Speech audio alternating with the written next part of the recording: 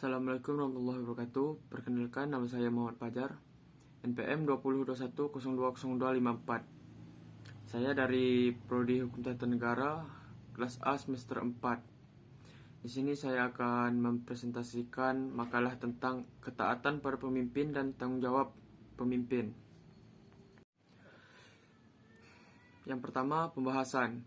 Pemimpin adalah mematuhi dan tunduk dengan peraturan yang telah dibuat oleh pemimpin, guna terwujudnya kemaslahatan bersama, dan taat kepada pemimpin merupakan kewajiban kita setelah kita mentaati Allah dan Rasul-Nya. Surat An-Nisa ayat 59 tentang kewajiban taat pada pemimpin. Bismillahirrahmanirrahim. Ya ayyuhallazina amanu adiullaha wa adiur rasula wa ulil amri minkum. Fa in tanazaqtum fi shay'in farudduhu ilaihi wa rasulihi in kuntum tu'mina billahi wal yaumil akhiri zalika khairrum ahsanu taqwila. Yang artinya, hai orang-orang yang beriman, taatilah Allah dan taatilah Rasul-Nya dan ulil amri di antara kamu. Kemudian jika kamu berlainan pendapat tentang sesuatu, maka kembalikanlah ia kepada Allah atau Al-Quran dan Rasul sunnahnya. Jika kamu benar-benar beriman kepada Allah dan hari kemudian, yang demikian itu lebih utama bagimu dan lebih baik akibatnya. Asbabun Nuzul. Imam Bukhari meriwayatkan bahwa ayat ini turun berkaitan dengan tindakan Abdullah ibnu Huzafah ibnu Qais ketika ditugaskan memimpin pasukan dalam suatu peperangan. Karena ada persoalan, maka dia mengalami emosi, lalu menghidupkan api yang besar dan memerintah pasukannya membakar diri. Sebagian mereka ada yang ingin mengikuti perintahnya, tetapi yang lain menolak tegas. Ayat itu turun dan memerintah jika terjadi pertengkaran atau sengketa, maka kembalikan putusan kepada Allah dan Rasul. Yang B, hadis tentang kewajiban taat pemimpin. Hadis riwayat Imam Muslim. An Anas bin Malikin radhiyallahu anhu qala Rasulullah sallallahu alaihi wasallam, asma'u wa ati'u wa in astuqmila alaikum abdun habasi ka'anna raqsahu zabibat. Yang artinya dari Ibnu Umar radhiyallahu anhu dari Nabi Muhammad sallallahu alaihi wasallam bersabda, wajib atas seseorang muslim mendengarkan dan taat pada pemimpin, baik dalam hal yang ia suka maupun ia benci, kecuali jika memerintah melakukan maksiat, maka tidak wajib mendengarkan dan mentaatinya. Hadis riwayat Muslim tentang wajib taat pada pemimpin walau dibenci.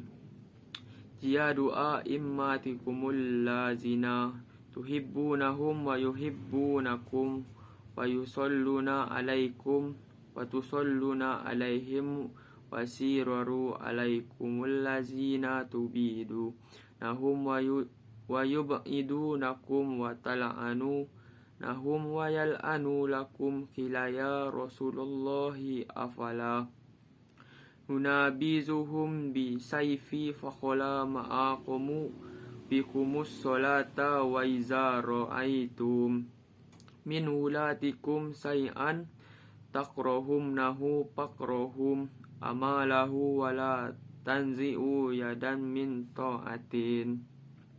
Yang artinya, sebaik-baik pemimpin kalian adalah pemimpin yang kalian cintai dan mereka mencintai kalian. Kalian mendoakan mereka dan mereka mendoakan kalian. Seburuk-buruk pemimpin kalian adalah pemimpin yang paling kalian benci dan mereka membenci kalian. kalian melaknat mereka dan mereka pun melaknat kalian. Para sahabat bertanya, "Wahai Rasulullah, bolehkah kita menyatakan perang kepada mereka ketika itu?" Beliau menjawab, "Jangan, selama mereka mengerjakan solat di tengah-tengah kalian." Hadis riwayat Bukhari dan Muslim tentang kepemimpinan. An Abdillah bin Umar anna Rasulullah sallallahu alaihi wasallam qala ala kullukum ra'in wa kullukum mas'ulun ra'iyatihi fal amidul lazi alan nasi ra'in ala ahli baiti wa huwa mas'ulun anhum wal mar'atu ra'iyatun ala baiti bahliha wa waladihi wa hiya mas'ulatun anhum wal abdu ra'in ala mali saydihi wa huwa mas'ulun anhu fakullukum ra'in wa kullakum mas'ulun an ra'iyatihi.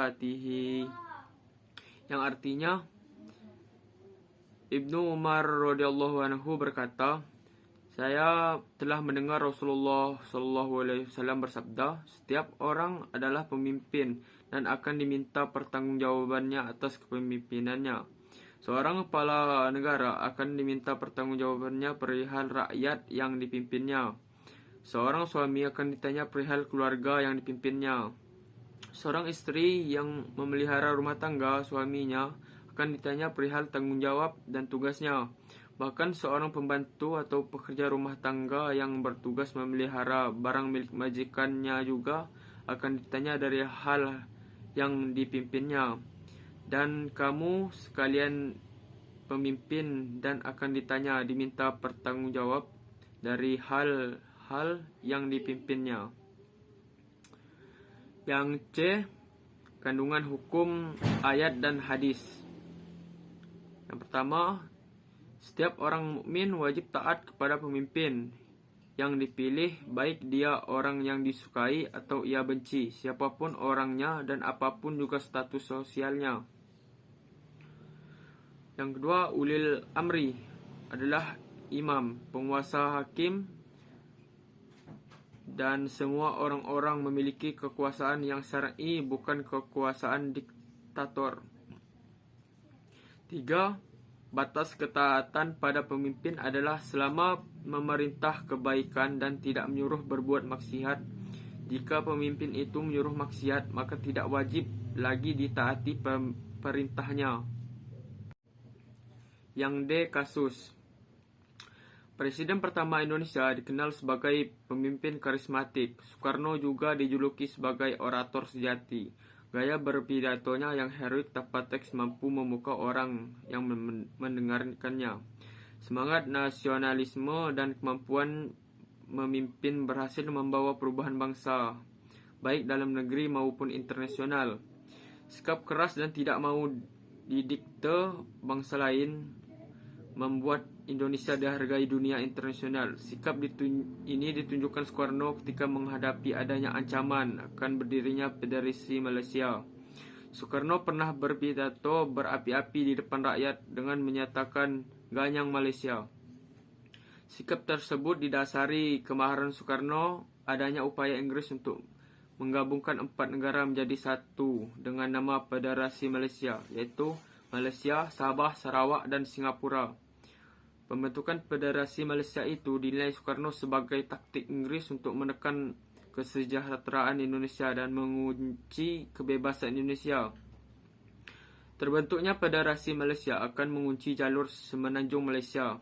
Sikap keras Soekarno ini disambut aksi unjuk rasa besar-besaran anti-Indonesia di Kuala Lumpur pada 17 September 1963. Mereka menyerbu KBRI Indonesia, merobek foto Soekarno dan membawa lambang Garuda, kemudian menyerahkannya kepada Perdana Menteri Malaysia saat itu Tuanku Abdul Rahman untuk diinjak-injak. Sikap pelecehan yang ditunjukkan pihak Malaysia ini akhirnya mampu membangkitkan amarah Soekarno yang berujung pada perintah untuk menyerang Malaysia. Sikap tegas dan semangat nasionalisme lainnya yang dilakukan Soekarno adalah ketika merebut Irian Barat dari Belanda.